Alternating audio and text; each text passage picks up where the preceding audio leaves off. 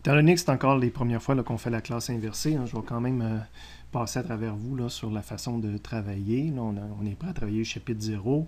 Donc, lorsque vous êtes personnellement prêt à le faire, évidemment, vous allez sur physique.redirectme.net en passant par Colnet ou pas. Donc, moi, je ne passe pas directement par Colnet, je le tape moi-même. Ça nous ouvre toujours une page comme ça. Je vous rappelle que je vous recommande de toujours switcher l'affichage en mode liste, qu'on voit plus les choses. Vous vous apprêtez à travailler le chapitre 0. Donc, on va aller dans le répertoire chapitre 0. J'ai cliqué dessus. Et là, il y a un paquet de documents. Vous n'êtes pas nécessairement concerné par tous ces documents-là. Quand vous êtes prêt à faire un chapitre, habituellement, vous allez aller dans vidéo et lecture. Okay?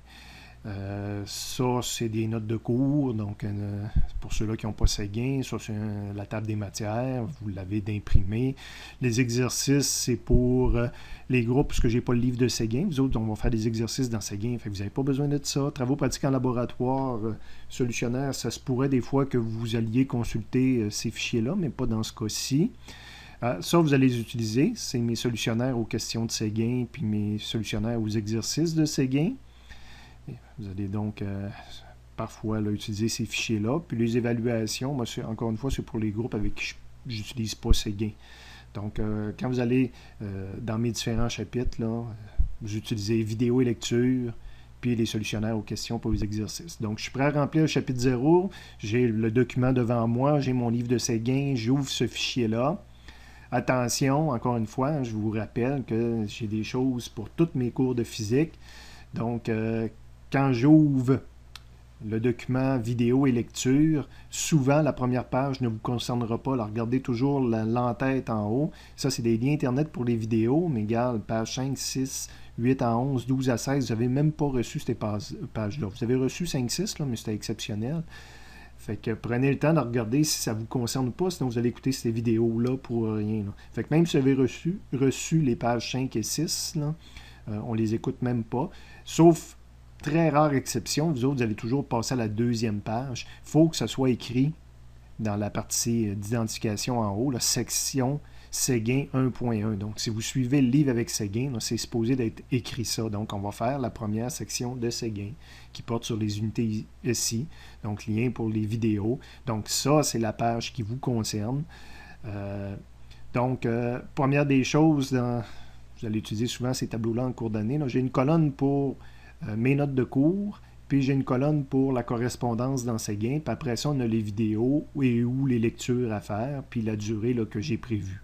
Il faut être capable là, d'utiliser ce tableau-là pendant toute l'année. Donc là, vous devriez avoir votre document, note de cours devant vous, page 3-4.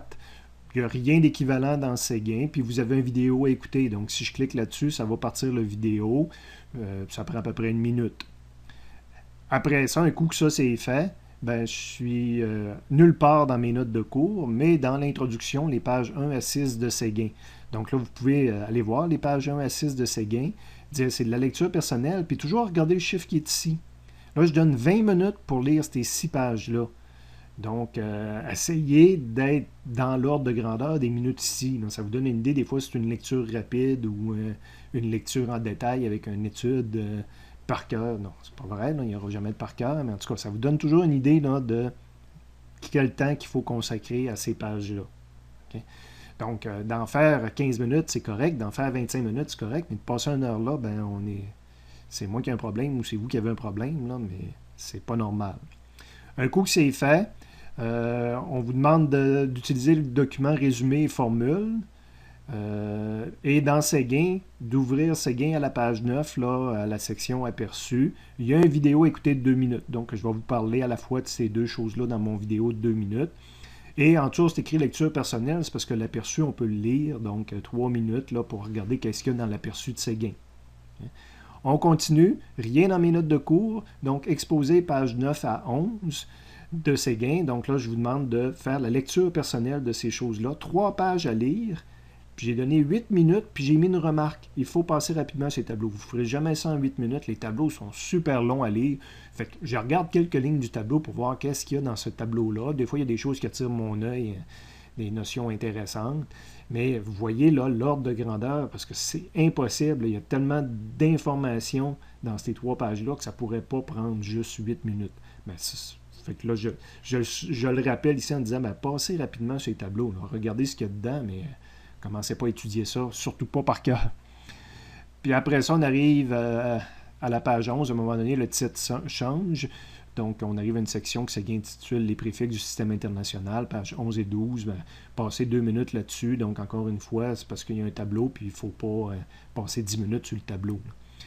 On continue à lire dans Séguin, on arrive aux pages 12-13. À un moment donné, il y a un titre « Les constantes et les chiffres significatifs ». 3 minutes pour passer sur cette section-là.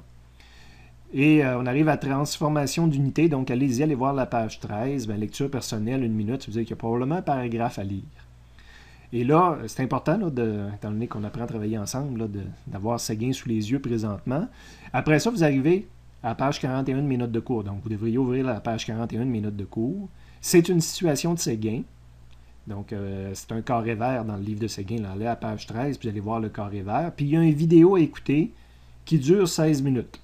La façon de travailler, là, quand on arrive aux situations de Séguin, parce que là, on va remplir mes notes de cours, on va remplir la page 41, il faut lire le carré vert. Ça, on s'en sortira. Moi, quand je vais commencer la vidéo, je prends pour acquis que vous avez lu le carré vert. Là, sinon, ça n'a pas d'allure de résoudre un problème et de ne pas savoir c'est quoi le problème. Vous irez voir, après le carré vert, Séguin le résout. Mais ça, vous ne lisez jamais ça, parce que moi, je vais le solutionner dans mes notes de cours avec le vidéo.